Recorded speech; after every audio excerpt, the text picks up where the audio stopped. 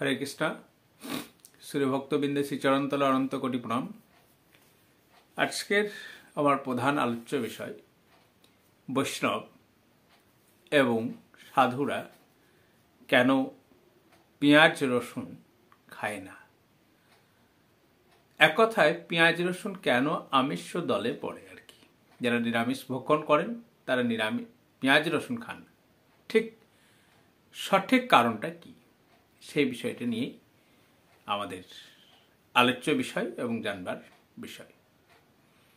এই বিষয়টিকে জানতে গেলে আমাদের একটু পৌরাণিক কাহিনীর দিকে নজর রাখতে হবে। ঠিক কোন ঘটনা না, ঠিক অমৃত যখন উত্তোলন করা হয়েছিল ঠিক সেই ঘটনা।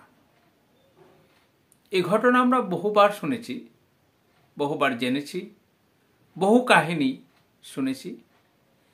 তা এই ঘটনার মূল প্রধান উপযোগ্য বিষয় কি ছিল না, মন্দার পর্বতকে একটি সাপ দ্বারা আবৃত করে তার একদিকে দেব একদিকে অসুররা ঘর্ষণ করেছিল, তাই তো।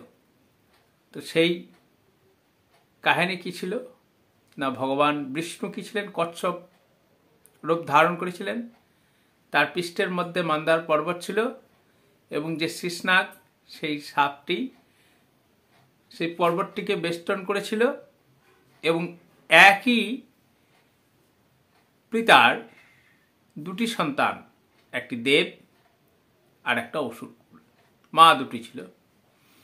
তো সেই দেবতাদের ক্ষমতা খানিক কম ছিল বলে তারা লেজ দিকটা ধরেছিলেন, আর অসুরটার সাহস এবং ক্ষমতা বেশি ছিল বলে তারা মাথা দিকটা ধরে উত্তোলন করছিলেন। এবং এই সমস্ত উত্তোলন করতে করতে নানাবিধ জিনিস উত্তোলিত হয়েছিল। আমরা জানি দেবী লক্ষ্মীও উত্তোলিত হয়েছিল, কামধেনু উত্তোলিত হয়েছিল, ঠিক তেমনি ইন্দ্রের যে বাহন ঐরাবত সেটি উত্তোলিত হয়েছিল, মণিমুক্তা অনেক মূল্যবান জিনিস উত্তোলিত হয়েছিল, বৃষ গরল সেটাও উত্তোলিত হয়েছিল এবং অবশেষে অমৃতও কিন্তু উত্তোলিত হয়েছিল। এবার অমৃত যখন উত্তোলিত হলো, অমৃত নিয়ে কারা ছুট দেয়? অসুররা পালায়, ফেরত দেবে না, তারা গায়ের জোর বেশি। এবং দেবতারা তখন ধ্যান করলেন এবং কার কাছে চলে গেলেন না, বিষ্ণুর কাছে। বিষ্ণু বলছে বেশ ঠিক আছে, উপায় কিছু করতে হবে। তা ভগবান বিষ্ণু তখন কি করলেন না, তিনি মোহিনী রূপ ধারণ করলেন। রূপ ধারণ করে অসুরদের কাছে গেলেন।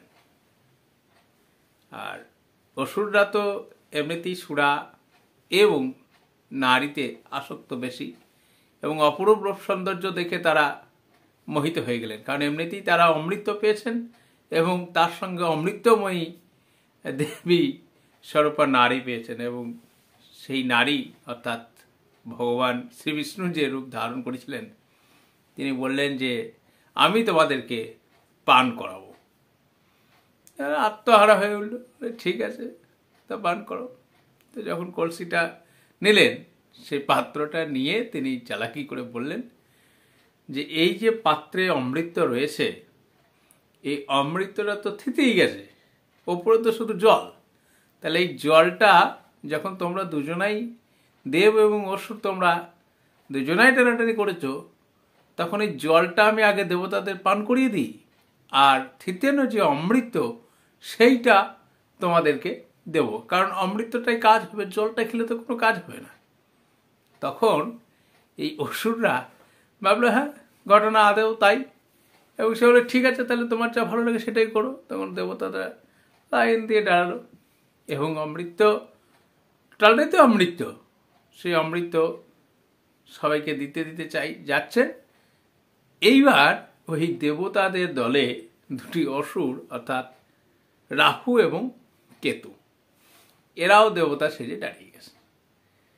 এইবার যখনই জল দিচ্ছেন, মানে জল তো নয়, ওটা অমৃত খাচ্ছে, খেতে খেতে যখন ওই রাহু এবং কেতু এদের পড়েছে, তার পাশেই চন্দ্র ছিলেন। চন্দ্র ইশারা করে বলছেন এই প্রভু আপনি কি করলেন, এ তো অসুর। এইবার সেই ভগবান শ্রী বিষ্ণু মোহিনী তখন সঙ্গে সঙ্গে কি করলেন না, তিনি তার যে চক্র ছিল, ভগবানের আসল ক্ষমতা হচ্ছে সুদর্শন চক্র, সবচেয়ে বড় অস্ত্র এবং খুব দ্রুততম কাজ করতে পারে, তাকেই আহ্বান করলেন এবং সঙ্গে সঙ্গে শিরচ্ছেদ করে দিলেন। এই কাহিনী আমরা জানি, সেই জন্য দেখবেন যে চন্দ্রগ্রহণ যখন হয় তখন কিন্তু চন্দ্রকেই রাহু বা কেতু গ্রহণ করে। কারণটা কি না, চন্দ্রদেব তিনি দেখিয়ে দিয়েছিলেন সেই জন্য, এবং যে কেটে দিলেন সঙ্গে সঙ্গে তাদের যে রক্ত, সেই রক্ত থেকে দুটি ফসল তৈরি হয়েছিল, একটি হচ্ছে পেঁয়াজ এবং একটি হচ্ছে রসুন। এমনি যদি শাস্ত্র হিসাবে দেখা যায়, বৈজ্ঞানিক কারণ হিসাবে, তাহলে পেঁয়াজ বা রসুন কিন্তু খুবই উপকারী। হ্যাঁ, দেখবেন অনেক সময় ব্যথা হলে সেই পেঁয়াজ কেটে লাগালে সেই জায়গাগুলো ব্যথা দরজ কমে যায়, উপকারী। কিন্তু এখন ঘটনা হলো কি, যে এই যে রাহু এবং কেতু, এদের যে কণি অর্থাৎ রক্ত, সে রোধি থেকে এই ফসল দুটি তৈরি হয়েছিল, একটা পেঁয়াজ এবং একটি রসুন। এবং যার জন্যে এর সঙ্গে অন্য শাস্ত্রিক আহারের সঙ্গে অন্য কোনো সম্পর্ক নেই। বৈষ্ণবগণরা খান না কেন না, এই যে পেঁয়াজ এবং রসুনটা তৈরি হয়েছে অসুরের রক্ত থেকে। ঠিক আছে, বোঝা গেল?